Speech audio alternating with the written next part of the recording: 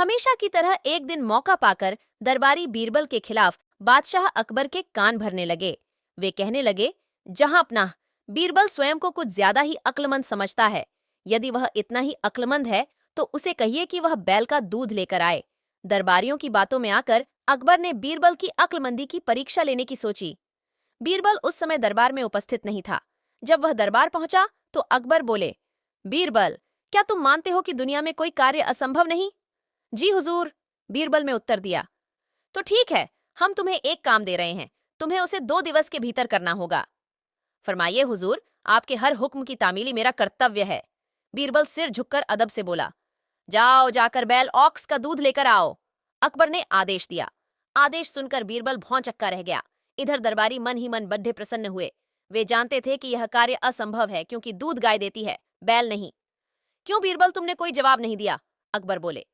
बीरबल क्या कहता? वह बहस करने का समय नहीं था। हामी भरकर वह घर लौट आया।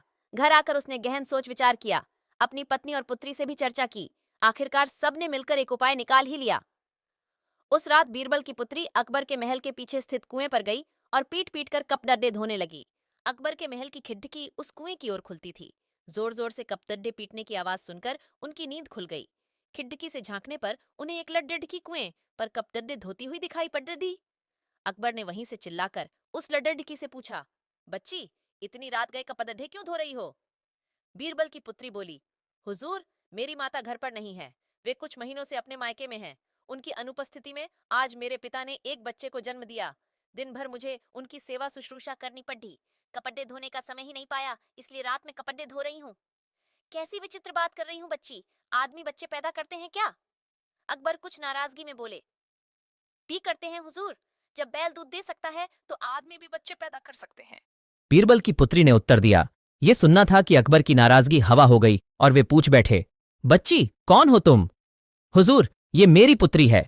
पेड़ के पीछे छुपे बीरबल ने अकबर के सामने आकर उत्तर दिया। ओह, तो ये तुम्हारा स्वांग था? अकबर मुस्कुराते हुए बोले। गुस्ताखी माफ हुजूर, और कोई रास्ता भी नहीं था अपनी बात समझाने का। बीरबल अकबर की नींद में खलल डालने के लिए क्षमा मांगते हुए बोला। इधर अकबर भी बीरबल की अक्लमंदी का लोहा मान गए। अगले दिन रात का पूरा वृतांत दरबारियों को सुनाते हुए उन्होंने बीरबल को उसकी अक्लमंदी के लिए सोने का हार इनाम में दिया। दरबारी हमेशा की तरह जलभुन कर रह गए।